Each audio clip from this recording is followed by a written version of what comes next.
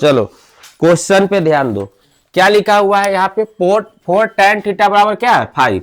तो यहां से हम लिखेंगे 4 tan थीटा बराबर क्या हो गया 5। तो यहां से tan थीटा का वैल्यू निकलेगा, तो ये 4 कहाँ चलाएगा, बटा के नीचे आ जाएगा 5/4। tan थीटा का फॉर्मूला क्या बताए थे कि लंब बटा क्या होता है, लंब बटा क्या हो जाता है आधार। तो यहां से हम क्या निकाल देंगे, कर्ण। तो कर्ण बराबर फॉर्मूला क्या होता है, तो रूट अंडर में लंब का स्क्वायर और प्लस में क्या हो जाएगा आधार का स्क्वायर। अब लंब के जगह पर कितना होगा 5 के क्या हो जाएगा स्क्वायर और प्लस में क्या हो जाएगा आधार के जगह पर 4 के स्क्वायर। तो 5 के स्क्वायर कितना हो जाएगा 25 और प्लस में 4 का स्क्वायर 16। 25 और 16 को जोड़ेंगे तो कितना होगा 41 हो जाएगा, 41 हो जाएगा। अब इसके बाद क्या दिया यहाँ पर ही 5 cos थीटा माइनस में 3 sin थीटा बटा में क्या है cos थीटा माइनस में क्या हो जाएगा 2 sin थीटा। अब बताओ यहाँ पर ही कि cos थीटा बराबर फॉर्मूला क्या होता है, cos थीटा बराबर क्या होता है आधार बटा क्या हो जाएगा 5 इंटू में आधार बटा क्या हो जाएगा आधार बटा कर्ण माइनस 3 इंटू साइन थीटा बराबर क्या होता है लंब बटा कर्ण। कोई दिक्कत यहां तक है नहीं ना है। अब नीचे में लिखना है, तो cos थीटा बराबर क्या होता है आधार बटा कर्ण, और साइन थीटा बराबर क्या हो जाएगा माइनस में साइन थीटा बराबर क्या हो जाएगा लंब बटा कर्ण। यहां तक कोई दिक्कत है नहीं ना है, इतना लिखने का भी जरूरत नहीं था। अब बताओ कि 5 हो गया, आधार के जगह पर कितना है, आधार के जगह पर कितना है 4, कर्ण के जगह पर रूट अंडर कितना लिखेंगे रूट अंडर 41 माइनस 3 इंटू लंब के जगह पर कितना लिखा जाएगा 5, कर्ण के जगह पर रूट अंडर 41 बटा दे देंगे। आधार के जगह पर कितना आ जाएगा 4, आधार के जगह पर 4 और कर्ण के जगह पर रूट अंडर 41 माइनस 2 इंटू लंब बटा क्या है कर्ण, तो लंब के जगह पर कितना आ जाएगा लंब के जगह पर 5 और कर्ण के जगह पर रूट अंडर 41। यहां तक कोई दिक्कत नहीं ना है, नीचे आ रहा है इसमें, इसके यहां तक आ रहा है ना है? इधर आ रहा है, इधर यहां से आ रहा है ना। तो अब यहां पे क्या करना है, देखो यहां पे क्या होगा 5 से 4 में गुना होगा तो कितना होगा 5 चौका 20, अब बटा में क्या हो जाएगा रूट अंडर 41 माइनस 5 क्या होगा 15 अब बटा रूट अंडर 41। कोई दिक्कत है यहाँ तक नहीं है, तो बराबर का साइन यहाँ दे आएगा, यहाँ हो जाएगा 4 बटा रूट अंडर 41 अब माइनस में 5 दूनी कितना होगा 10 बटा रूट अंडर 41।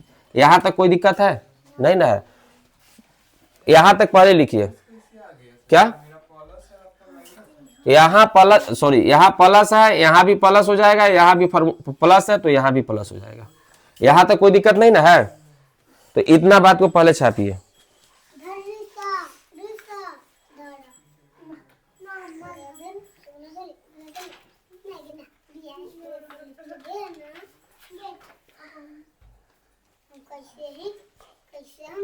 देखो यहां पर फिर क्या कर देंगे, इसके आगे वाला स्टेप क्या लिखेंगे, इसके आगे यहां पर रूट 41 तो इसका क्या हो जाएगा रूट अंडर 41 एलसीएम हो जाएगा। ऊपर में क्या होगा 20 माइनस 15 बटा का साइन देंगे यहाँ बराबर यहाँ हो जाएगा। नीचे में भी क्या होगा रूट अंडर 41 और ऊपर में क्या होगा 4 प्लस 10, रूट 41 से रूट 41 कट गया तो 20 और 15 क्या हो जाएगा 35, सॉरी 20 में से 15 जाएगा तो कितना होगा 5 और 10 और 4 कितना हो जाएगा 14। एक का आंसर इतना ही आएगा। कोई दिक्कत है इसमें नहीं ना है।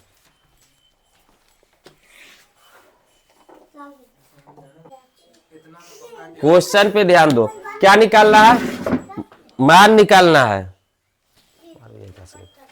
सॉल्यूशन में क्या करना है मान निकालना है। तो क्या करेंगे पहले 5 cos स्क्वायर है तो 5 का 5 और cos 60 का मान कितना होता है बताओ, cos 60 का मान कितना होता है 1/2, इसका क्या हो जाएगा square plus 4 sec square 30, sec 30 का मान कितना होता है सेक 30 का मान कितना होता है? रूट क्या 2/√3 इसका स्क्वायर हो जाएगा। माइनस tan 45 का मान कितना होता है? 1 का स्क्वायर। और यहाँ पे sin 30 का मान कितना होता है? तो 1/2 इसका स्क्वायर। अब प्लस में cos 30 का मान कितना हो जाएगा? cos 30 का मान कितना होता है? √3/2 का क्या हो जाएगा? स्क्वायर। कोई दिक्कत नहीं है। अब 5 का 5 हो जाएगा 1/2 का स्क्वायर, तो 1 का स्क्वायर कितना होगा? इंटू में 1 का स्क्वायर 1 और 2 का स्क्वायर कितना होगा? 4 प्लस 4 2 का स्क्वायर कितना होगा? 4 और √3 का स्क्वायर क्या हो जाएगा? 3 और माइनस 1 का स्क्वायर क्या होगा? 1/1। यहाँ तक कोई दिक्कत है? 1/2 का स्क्वायर तो 1 क्या हो जाएगा? 4। 3 क्या हो जाएगा? 2 दूनी 4। यहाँ तक कोई दिक्कत नहीं ना है? यहाँ तक कोई दिक्कत नहीं। इसके बाद क्या कर देना है? 5 से 1 में गुना कर दो। 5 एकम क्या हो जाएगा? 5 बटा क्या हो जाएगा? 4। यही ना होगा। अब यहाँ 4 से 4 में गुना होगा तो क्या होगा? 4 चौका 16 बटा 3 माइनस क्या हो जाएगा? 1/1। अब नीचे में क्या हो जाएगा? 1/4 प्लस में 3/4। यहाँ तक कोई दिक्कत नहीं ना है? आ गया है ना पूरे? यहाँ इसमें कट रहा है नीचे, इतने तक आया? इतना तक ये आ रहा है ना? यहां तक किसी को कोई दिक्कत नहीं है? तो अब क्या करना है? 4, 3, 1 का एलसीएम कर दो। 4, 3, 1 का एलसीएम कितना हो जाएगा? 4, 3, 1 का एलसीएम करेगा तो कितना? 4 तिहाई कितना होगा? 12। 4 के पहरा में 12 कितना मरतब में आ रहा है?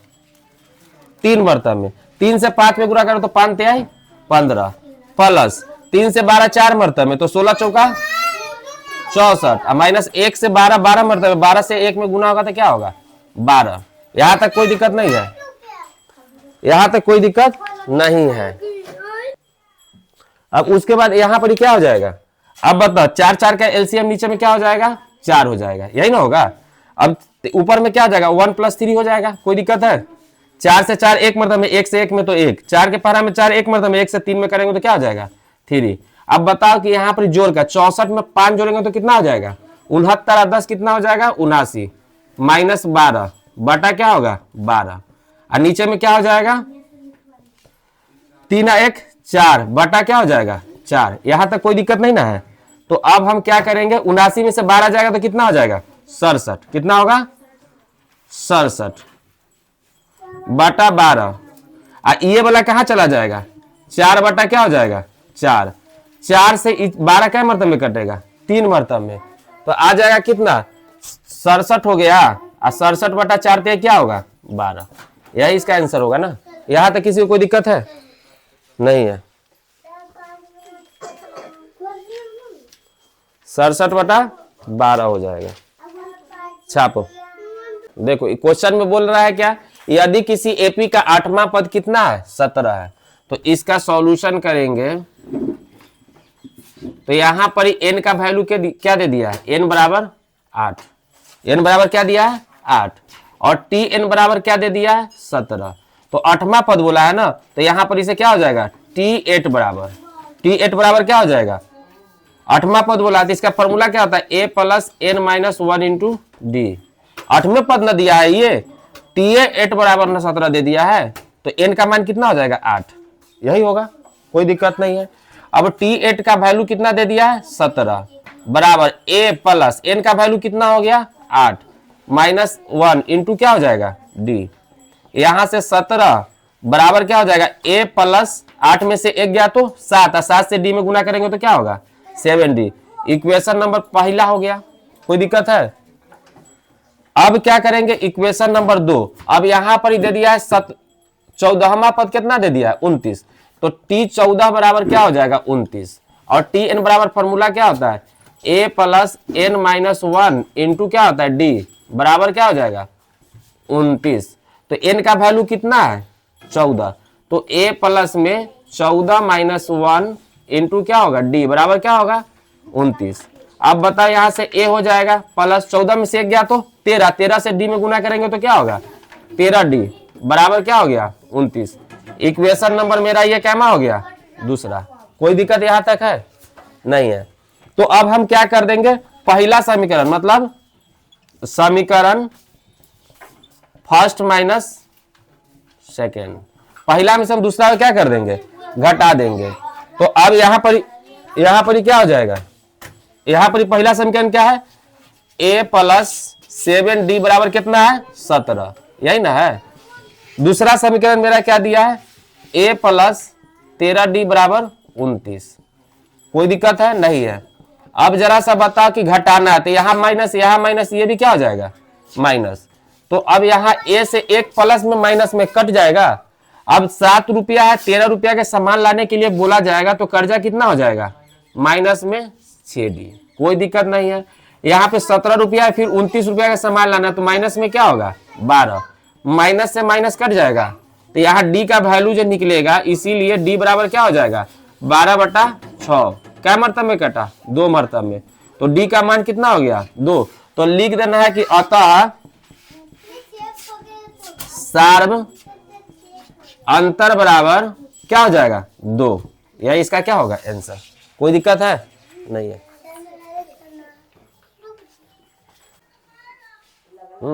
क्या बोला है, एक वृत्त जिसकी त्रिज्या 21 सेंटीमीटर है में चाप की लंबाई क्या होगा। तो वृत्त के केंद्र पर 60 डिग्री का कोण बनता है।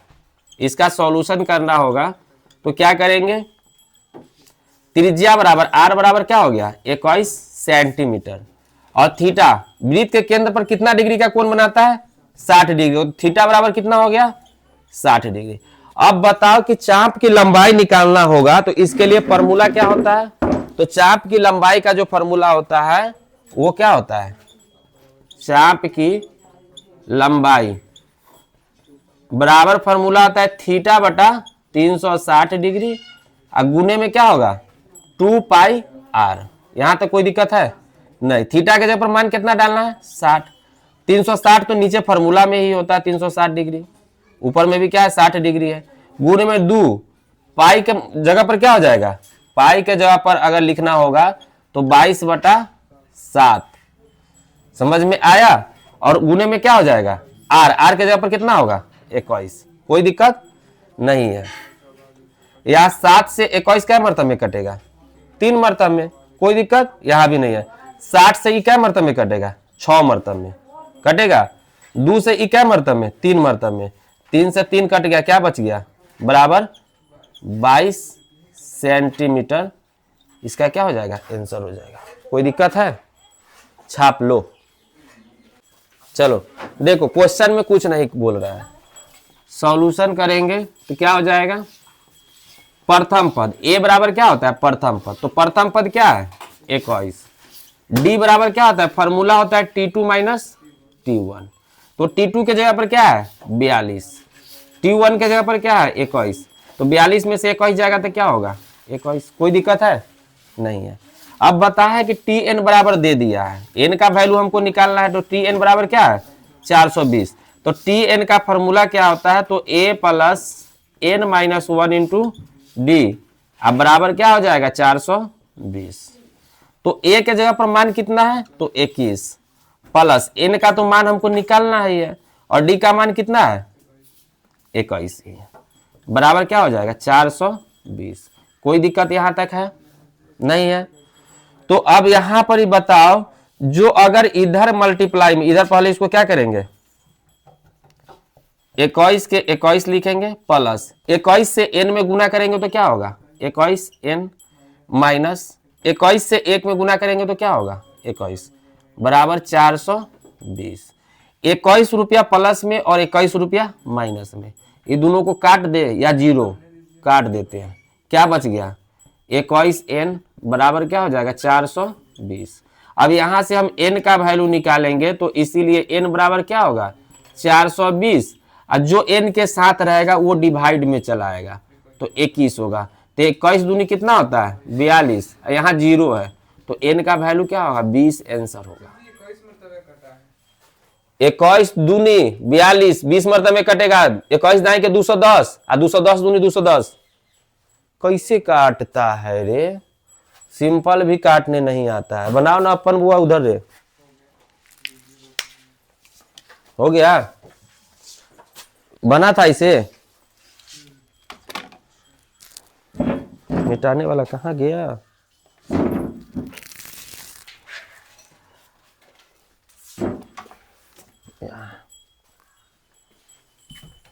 चलो अब रहने दो, अब इंग्लिश पढ़ना है, रुक जा थोड़ा देर। नहीं आयल है सो पढ़ लीजिए, बस 1 2 3 आदमी है ना, पढ़ लीजिए, पहले उनको बनाने